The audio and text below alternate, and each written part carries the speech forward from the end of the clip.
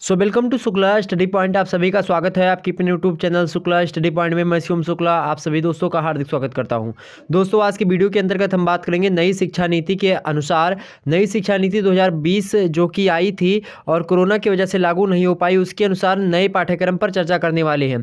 इसी श्रृंखला में इससे पहले आप लोगों ने देखा होगा कि सोशियोलॉजी, हिंदी साहित्य और पॉलिटिकल साइंस के सिलेबस को हमने ऑलरेडी डिस्कस कर दिया है। आज के वीडियो के अंतर्गत अर्थात आज 9 बजे से अभी जो है चालू हो चुका है आपका लेक्चर। तो आज हम चर्चा करेंगे किसके बारे में? जियोग्राफी अर्थात भूगोल के बारे में चर्चा करेंगे। तो भूगोल के बीए फर्स्ट सेमेस्टर के जो सिलेबस है उस सिलेबस पर आज की वीडियो के अंतर्गत चर्चा करने वाले हैं। न्यू सिलेबस होगा आपका 2022 के अकॉर्डिंग।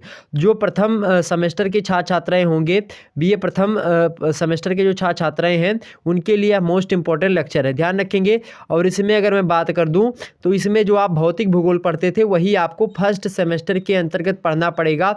लेकिन इस फर्स्ट सेमेस्टर में भी कुछ नए पाठ इंक्लूड हुए हैं, तो उन पाठों को देखने के लिए वीडियो को अंत तक जरूर देखना पड़ेगा आप सभी को। तो इसीलिए बने रहे हमारे साथ सेशन में लास्ट तक। ओके, आप सभी का बहुत बहुत स्वागत है हमारे चैनल में और बहुत बहुत धन्यवाद हमारे हमसे जुड़ने के लिए। Good evening all of you मेरे प्यारे दोस्तों। बीए फर्स्ट सेमेस्टर के बारे में बात करने वाले हैं, जल्दी देखें, बहुत कुछ बदल गया और अपने दोस्तों को भी दिखाएं, वीडियो को शेयर कर दीजिएगा। ओके, इससे पहले अगर आपने और सारे लेक्चर्स नहीं देखे तो उनको जाकर के देख लीजिएगा, वो ऑलरेडी चैनल पर उपलब्ध हो चुके हैं। अब यहाँ पर बात करेंगे, चूंकि आपका ये जो जियोग्राफी होता है ना, जियोग्राफी जो विषय होता है उसकी मैं अगर मैं बात करूँ मेरे भाई, तो ये क्या होता है? जियोग्राफी एक प्रैक्टिकल सब्जेक्ट होता है, अर्थात जो है प्रयोगात्मक विषय वस्तु है जियोग्राफी। इसीलिए जब जो है प्रयोगात्मक है, इसीलिए इसको अगर आप देखेंगे तो इसमें आपको प्रैक्टिकल के भी नंबर मिलेंगे। तो इसमें आपका जो है जो मॉडल पेपर होगा जल्दी आपके सामने प्रस्तुत करने का प्रयास रहेगा। लिखित टाइप की परीक्षा होनी है, ध्यान रखेंगे। और आज हमने लिखित टाइप की जो वीडियो है उसको ऑलरेडी बना दी है, अगर उस वीडियो को आपने नहीं देखा तो देख लीजिएगा। ये वीडियो आपके सामने प्रस्तुत हो चुकी है।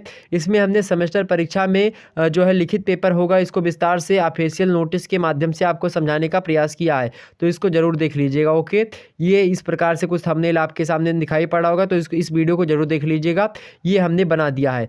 अब हम बात कर लेते हैं अर्थात ज्योग्राफी का नया सिलेबस जो है वो क्या है। ठीक, देखते हैं हम। सबसे पहला जो है भौतिक भूगोल ही, आपके पेपर का क्या नाम है? भौतिक भूगोल, अर्थात फिजिकल ज्योग्राफी ही पढ़ना है। तो फिजिकल ज्योग्राफी के जितने लेक्चर हमारे चैनल पर पहले से उपलब्ध है उनको तो आप लोग देख लीजिएगा। फिजिकल ज्योग्राफी के जितने भी लेक्चर उपलब्ध है उनको देख लीजिएगा। फिजिकल ज्योग्राफी का एक लेक्चर हमारा और भी अपलोड है जो चैप्टर 1 के नाम से हमने अपलोड किया है, वो देखिएगा। वो इसकी मतलब इसी सिलेबस के अकॉर्डिंग सफिशियंट है इसके लिए, ठीक है, तो इसको देखिएगा। तो हमने उसमें nature and scope of physical geography बता दिया, फिजिकल ज्योग्राफी का अर्थ वगैरह सारी चीज़ें इसमें हमने समझा दी है। तो एक लेक्चर आपका होगा nature and scope of physical geography, हमने समझा दिया। हालांकि स्कोप वगैरह अभी फिर से हम समझा देंगे स्कोप को, बट नेचर वगैरह को हमने तो शायद बता ही दिया है आपको। तो उसको इस लेक्चर 1 जो पढ़ा हुआ है फिजिकल ज्योग्राफी का, उसको देख लीजिएगा आप सभी लोग। अब चैप्टर 2 की वीडियो जल्द ही आपके सामने देने का प्रयास करूंगा। जो है इसमें देखेंगे क्या क्या नया इंक्लूड हुआ है। Nature and scope of physical geography, अर्थात नेचर माने होता है प्रकृति और स्कोप माने क्या होता है? विषय क्षेत्र। आप माने काकी के फिजिकल ज्योग्राफी मतलब कि भौतिक भूगोल का दायरा या भौतिक भूगोल का विषय क्षेत्र और भौतिक भूगोल का अर्थ परिभाषा और उसकी प्रकृति, यही समझना हमको इसमें। आगे क्या है? Origin of universe. अब इसमें यूनिवर्स के ओरिजिन के लिए विशेष क्रम में आपको पढ़ना पड़ेगा। पहले आपको ओरिजिन ऑफ अर्थ डायरेक्ट पढ़ना पड़ता था, लेकिन अब ओरिजिन ऑफ यूनिवर्स अर्थात ब्रह्मांड की उत्पत्ति आपको यहाँ से पढ़नी पड़ेगी। तो ब्रह्मांड की उत्पत्ति कैसे होती है इसको आपको यहाँ पर देखना पड़ेगा। तो ओरिजिन ऑफ यूनिवर्स अर्थात यूनिवर्स माने समझते हैं ना ब्रह्मांड, ओरिजिन मतलब होता है उत्पत्ति। तो ब्रह्मांड की उत्पत्ति के बहुत सारे सिद्धांत हैं, उनको देखना पड़ेगा। और चूंकि ब्रह्मांड में ही सोलर सिस्टम है और सोलर सिस्टम में ही पृथ्वी है, तो जब भी हम बात करेंगे पृथ्वी की उत्पत्ति की तो वो सोलर सिस्टम की उत्पत्ति की भी बात हो जाएगी। और मैं बात करूं तो यूनिवर्स की उत्पत्ति का सिद्धांत भी उसी में आ जाएगा। मतलब कि ऐसे सिद्धांत जो कि ब्रह्मांड की उत्पत्ति को लेकर के दिए गए हैं, उनसे हम सोलर उत्पत्ति भी मतलब कि सौर मंडल की उत्पत्ति भी मान सकते हैं और पृथ्वी की उत्पत्ति भी, क्योंकि ब्रह्मांड का एक हिस्सा सौर मंडल भी है और सौर मंडल का एक हिस्सा आपका पृथ्वी ग्रह भी है। तो यहाँ पर यूनिवर्स सोलर सिस्टम हम देखेंगे। सोलर सिस्टम मतलब जो सौर मंडल है, सौर मंडल में कितने ग्रह हैं उनको देखेंगे। और अर्थ मतलब जो पृथ्वी है इसको देखेंगे, मतलब इसकी उत्पत्ति कैसे हुई है, मतलब जो है origin of earth, origin of universe, origin of solar system. Okay, इतना बात हमको समझना है। उसके बाद में और सोलर सिस्टम में जितने ग्रह हैं उनके बारे में हमको जानकारी होनी चाहिए। ठीक, नेक्स्ट क्या है आपके सामने? नेक्स्ट है अगला चैप्टर जो है जियोलॉजिकल टाइम स्केल। जियोलॉजिकल मतलब होता है जो है भूगार्भिक। तो भूगार्भिक ही एक प्रकार से जो टाइम स्केल है, जो समय पैमाना है। तो जो भू पैमाना है मतलब कि जो पृथ्वी को बनने में जो कल्प लगे हैं, जो काल आप देखते होंगे बहुत सारे, आपने पढ़ा होगा कि काल जो है कौन कौन से काल रहे हैं पृथ्वी के जो है उसको समय सारणी को लेकर के, भूवैज्ञानिक समय मापक या समय सारणी जो है उसमें आप देखते होंगे।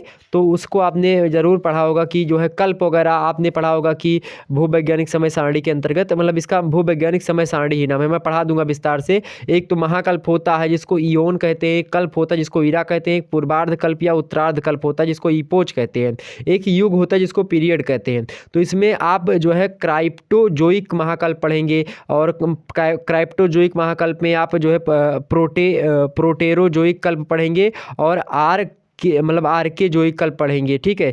और दूसरे में आप जो है क्राइटोस जून पढ़ेंगे महाकल्प जो है। अब इसको जब मैं वैसे बोर्ड पर आपको पढ़ाऊंगा तब ज़्यादा विस्तार समझ में आएगा। उसके बाद में ऑटो स्मिथ की जो कि ब्रह्मांड की उत्पत्ति के संबंधित सिद्धांत वगैरह है उनको भी समझाने का प्रयास रहेगा। तो सारे के सारे सिद्धांतों को हम समझने का प्रयास करते हुए आगे बढ़ेंगे, ये सारी चीज़ें आप समझेंगे। ओके, आगे देख लेते हैं हम कि क्या क्या चीज़ें हमको देखना है, ठीक। आगे देखा जाए कि क्या क्या हमको पढ़ना है आगे।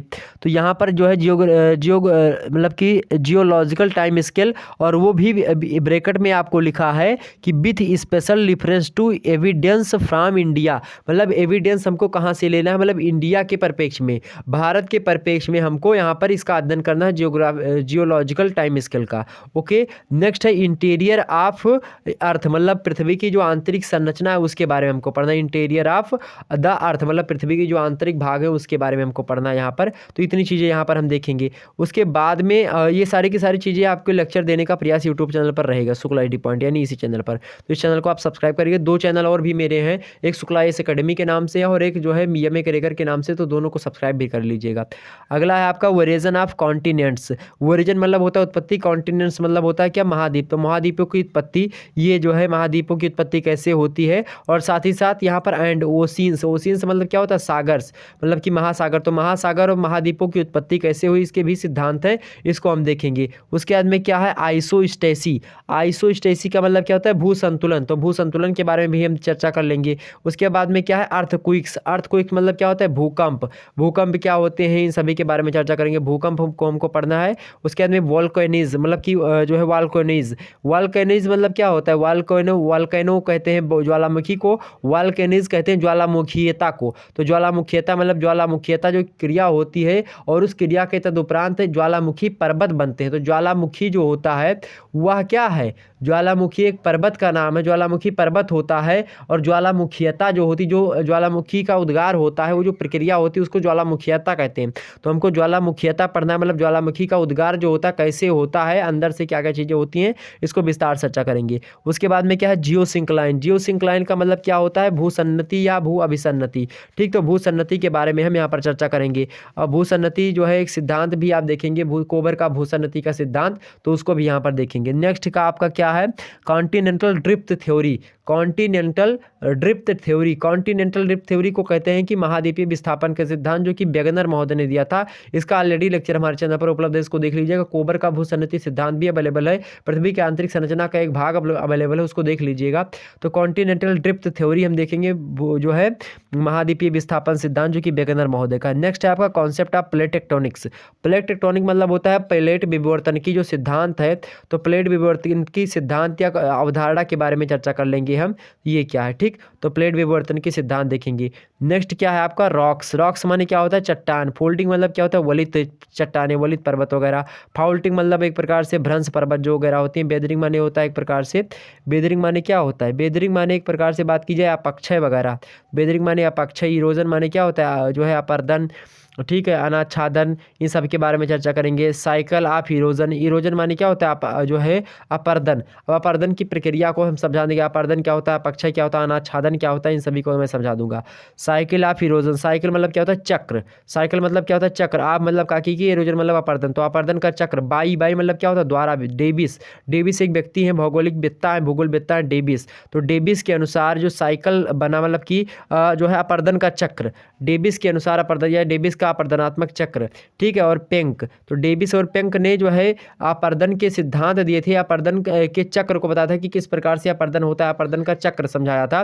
तो उसके बारे में चर्चा करेंगे डेविस के भी और पेंक महोदय के द्वारा। तो डेविस और पेंक महोदय के द्वारा बताया गया जो साइकिल ऑफ इरोजन है उसको समझेंगे, अर्थात जो है जो एक प्रकार से चक्र है किसका, अपर्दन का। तो अपर्दन का चक्र by Davis and by Penck. Okay, next आपका क्या है भाई, नेक्स्ट आपका है जो है ड्रेनेज पैटर्न। ड्रेनेज पैटर्न को भी हम समझेंगे, एक विद्वान है ड्रेनेज, उन्होंने पैटर्न दिया था जो है अपर्दन को लेकर के, तो इसको भी हम समझ लेंगे। तो इस प्रकार से यहाँ पर ये इकाई समाप्त हो जाएगी, तीसरी इकाई। चौथी इकाई में भैया प्रवेश करते, चौथी इकाई में क्या लिखा है, फ्यूवियल। फ्यूवियल मतलब क्या होता है, फ्लूवियल।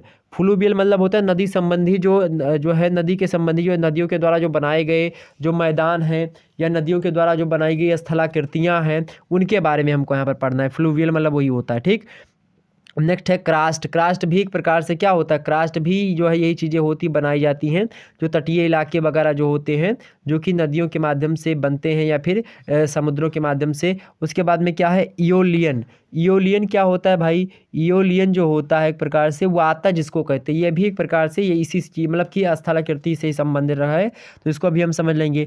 नेक्स्ट क्या है, जियोलॉजिकल एंड जो है कोस्टल लैंड फॉर्म्स, तो इसको हम समझेंगे। इसका मतलब क्या होता है, भू आकृतियाँ। तो तटीय भू आकृतियों के बारे में चर्चा कर लेंगे हम, ठीक। तो तटीय जो भू आकृतियाँ मतलब कि जो भू आकृतियाँ हैं कुल मिलाकर के उनको हम चर्चा करेंगे। अब उसमें बहुत सारी आकृतियाँ आ जाएंगी, उसको हम जब चर्चा कर लेंगे तो उसको विस्तार से वहीं पर बताएंगे। नेक्स्ट आपका क्या हमको पढ़ना पड़ेगा, और ये सब जो इकाई 4 है ना, पूरा का पूरा इकाई 4 ये पूरा का पूरा आपको नया पढ़ने को मिलेगा। मतलब ये जो है लगभग 4-5 चैप्टर आपके नए शामिल हुए हैं। वहीं ये वाला जो रेफरेंस वाला ये वाला दिया इतना पोजीशन, ये आपको नया पढ़ना पड़ेगा। तो ये कहीं ना कहीं पे नए शामिल हुए हैं आपके जो है मतलब यूनिवर्सिटी में जो है पढ़ने के लिए जो नया सिलेबस लगा उसके अकॉर्डिंग। नेक्स्ट क्या है आपका, composition and structure of atmosphere. Composition मतलब भी संरचना होता है, स्ट्रक्चर माने भी संरचना होता है, लेकिन एक कंपोजिशन मतलब क्या होता है, परिस्थिति एक प्रकार से कैसा जो है बना है या ढांचा उसका कैसा है। तो स्ट्रक्चर भी देखेंगे एटमॉस्फेयर का, और उसकी स्थिति परिस्थिति भी देख लेंगे हम पूरा।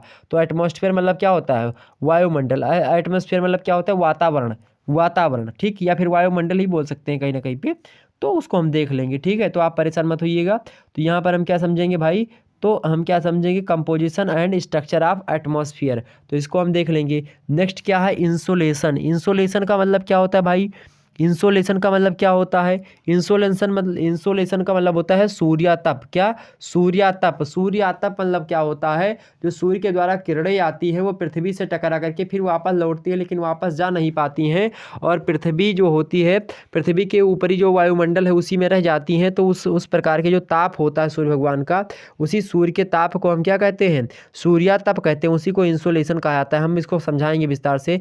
एटमॉस्फेरिक प्रेशर एंड विंड्स, मतलब जो वायुमंडलीय प्रेशर माने दबाव, एटमॉस्फेरिक मतलब होता है वायुमंडलीय, तो वायुमंडलीय दबाव, एंड विंड्स माने क्या होता है, हवाएं। तो वायुमंडलीय दबाव एंड वायुमंडलीय जो हवाएं होती हैं इनके बारे में हम चर्चा कर लेंगे यहाँ पर भारतीय संदर्भ में, ठीक, और विश्व संदर्भ में भी देखने का प्रयास रहेगा।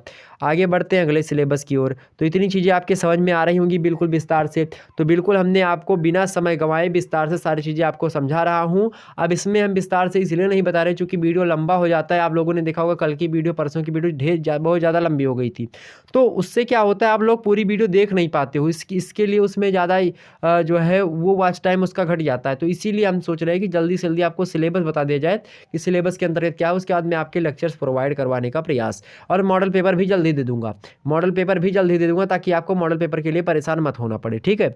आगे समझते हैं। अगला क्या है, ईयर मॉसेस एंड फ्रॉन्ट्स।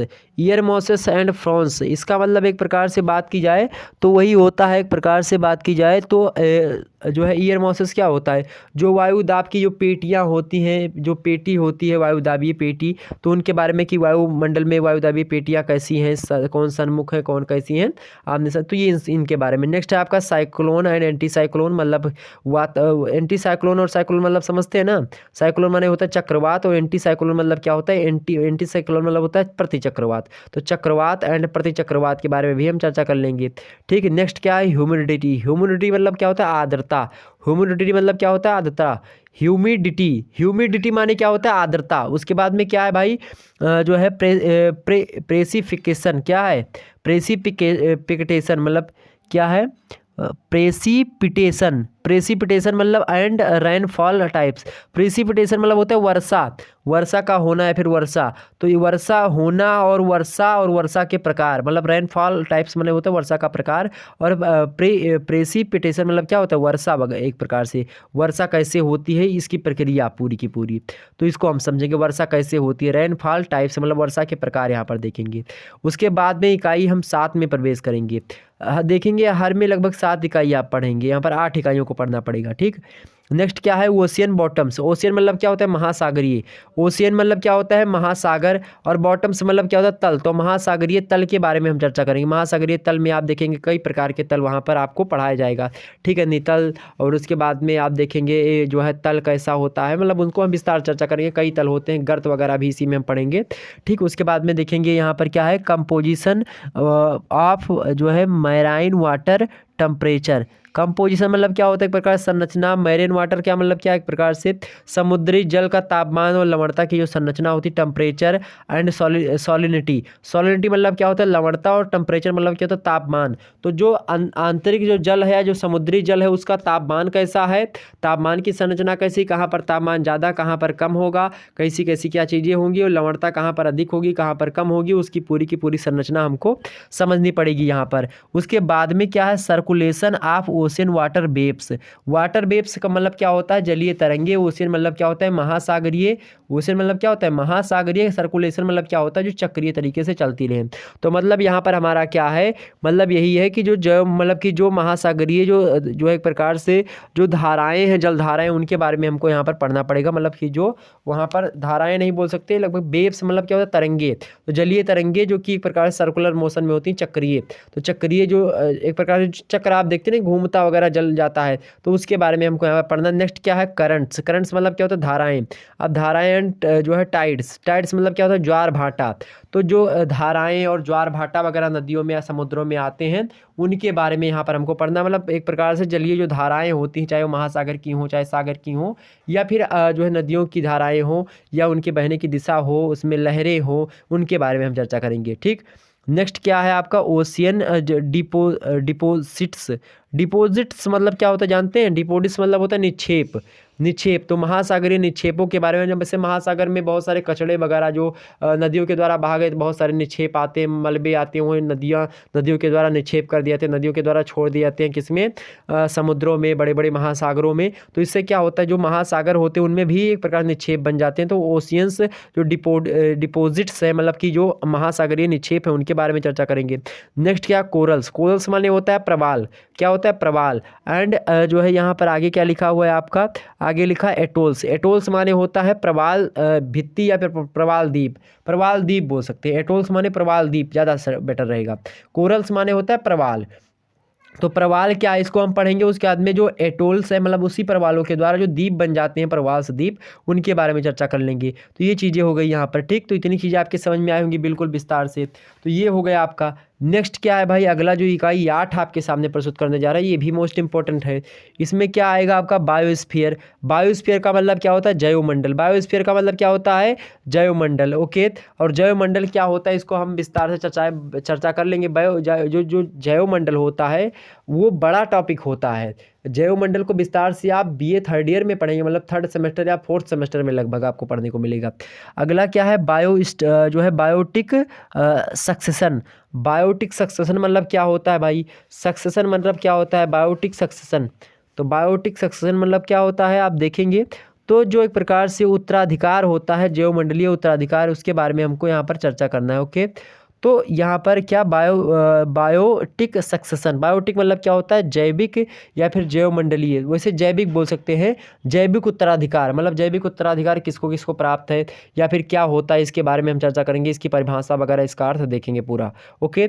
उसके बाद में हमको क्या पढ़ना है, उसके बाद में बायोम पढ़ना। बायोम को हिंदी में बायोम भी कहते हैं और जियोम भी कहते हैं, तो इसको देख लेंगे। नेक्स्ट क्या है, जूलॉजिकल, क्या दिया है भाई, जूलॉजिकल जो है रीजन्स ऑफ द वर्ल्ड। क्या, zoological regions of the world, इसका मतलब क्या है भाई, जूलॉजिकल रीजन्स का मतलब क्या है, ऑफ द वर्ल्ड, इसका मतलब होता है दुनिया के जो भौगोलिक क्षेत्र हैं, जो भौगोलिक क्षेत्र हैं उनके बारे में, तो दुनिया के जो भौगोलिक क्षेत्र हैं उनके बारे में, जहाँ पर जीवन संभव है उनके बारे में हम चर्चा कर लेंगे। जहाँ पर वनस्पतियाँ वगैरह होती हैं तो इनके बारे में हमको चर्चा करनी है। तो दुनिया के जितने भी भौगोलिक क्षेत्र वगैरह या फिर जो भी वनस्पति वगैरह के क्षेत्र हैं उनके बारे में हमको चर्चा करनी है, तो इसको हम विस्तार से चर्चा कर लेंगे। ओके, यहाँ पर ये चीज़ें आपके समझ में आई होंगी बिल्कुल विस्तार से। और भी साथ साथ अन्य सब्जेक्ट की भी वीडियो आपके सामने प्रस्तुत करने का प्रयास रहेगा। उसमें भी बता दूं आपको कि सोशियोलॉजी का हो चुका है। अब आपके सामने बता दूं कि सोशियोलॉजी का लेक्चर अपलोड हो चुका है, इसको आपने नहीं देखा तो देख लीजिएगा। इसी हिसाब से दर्शन शास्त्र का आपके सामने जल्द ही आएगा, मनोविज्ञान का आएगा, और जियोग्राफी का तो आज हो ही गया आपका। साथ ही साथ इकोनॉमिक्स का भी देने का प्रयास रहेगा, संस्कृत साहित्य का भी जल्दी आपके सामने प्रस्तुत होगा, इंग्लिश लिटरेचर का जल्दी देने का प्रयास करेंगे, मध्यकालीन इतिहास का भी देंगे, गृह विज्ञान का भी जल्दी आपके सामने आएगा, प्राचीन इतिहास का भी जल्दी आएगा। शायद कल आपका प्राचीन इतिहास का देने का प्रयास किया जाए और परसों आपका गृह विज्ञान का। इसी प्रकार से अन्य जो है वीडियो भी आने का प्रयास। पॉलिटिकल साइंस का आप हो ही चुका है, समाजशास्त्र का आप लोगों ने देख ही लिया। तो इतनी चीज़ें आपके सामने, इतने सब्जेक्ट हैं। और भी जो सब्जेक्ट आपका बच रहा हो उसको आप लोग कमेंट बॉक्स में बताइएगा कि सर जी ये सब्जेक्ट आपका बच रहा है, इसको मैं आप बता दीजिए, तो मैं इसको बिल्कुल विस्तार से आपको समझा दूंगा। ओके, तो फिर जो है लगभग आपका सिलेबस यहीं पर समाप्त होता है। हमने बहुत जल्दी सिलेबस आपके सामने प्रस्तुत कर दिया। एक बार इसका स्क्रीनशॉट ले लीजिएगा, इसका भी स्क्रीनशॉट ले लीजिएगा, और उसके बाद में जो है इसको एक एक टॉपिक करके आप लोग पढ़ते रहिएगा। और गूगल करके आप लोग इस पर सर्च करके अगर पढ़ेंगे तो ज़्यादा बेटर रहेगा। अगर नहीं है तो जल्द ही आपके सामने जो आपकी यूनिवर्सिटी संबंधित सीरीज वगैरह आई है तो उसको आप जो है फॉलो करें और जो है उसको ले लीजिए। बाकी मैं तो आपके सामने जो है लेक्चर्स प्रोवाइड करवाने की एक प्रकार से प्रयास फुल रूप में अब करने का जा रहा हूँ, और लगभग आपको पढ़ाने का भी प्रयास रहेगा। तो आप सभी लोग क्या करो, आप सभी लोग फटाफट से वीडियो को लाइक और शेयर अवश्य कर दीजिएगा। मॉडल पेपर जल्द ही आपके सामने दे दूंगा, किस प्रकार से मॉडल पेपर आएगा, कितने प्रश्न आते हैं। वैसे आपका पेपर तो ये तय हो गया कि आपकी परीक्षा जो होगी वह लिखित होगी। सारे विश्वविद्यालयों की लगभग परीक्षा क्या होगी, लिखित होगी, अब बीए प्रथम सेमेस्टर की। ओके, फर्स्ट सेमेस्टर की। तो फिर मिलते हैं हम नेक्स्ट वीडियो में, तब तक के लिए जय हिंद जय भारत। आप सभी का बहुत बहुत धन्यवाद हमारे साथ जुड़ने के लिए। इसी प्रकार से जुड़े रहे, अपना प्यार दौलत बनाए रखें, वीडियो को लाइक शेयर करते रहिएगा सभी लोग, उसमें कोताही मत करिएगा, और उतनी मेहनत के साथ मैं आपको पढ़ाता रहूँगा। तो अगले जो लेक्चर होगा आप भी जो है कमेंट सेक्शन में अपने जो है जो आपका भी सब्जेक्ट हो कॉम्बिनेशन, मतलब तीनों सब्जेक्ट आप लिखने का प्रयास करें। जो भी आप ने सब्जेक्ट ले रखा हो उस सब्जेक्ट को आप कमेंट सेक्शन में लिखने का प्रयास करेंगे, ताकि मैं उन पर भी वीडियो बनाने का प्रयास कर सकूँ, ताकि आप मेरे जो है दिमाग में भी सब्जेक्ट आ सके। हो सकता है बहुत सारे लोग कला वगैरह लिए हों, आर्ट लिए हों, बहुत सारे लोग हो सकता है संगीत वगैरह लिए हों, तो उसको भी मैं देखने का प्रयास करूँगा। तो आप लोग कमेंट सेक्शन में जरूर बताएं कि आपके सब्जेक्ट या फिर आपके विषय क्या हैं जो आपने जो है बीए में ले रखे हैं। ओके, चलिए फिर मिलते हैं। Good night all of you. Good night मेरे प्यारे दोस्तों, सभी लोगों को गुड नाइट, राम राम, सभी लोगों को धन्यवाद।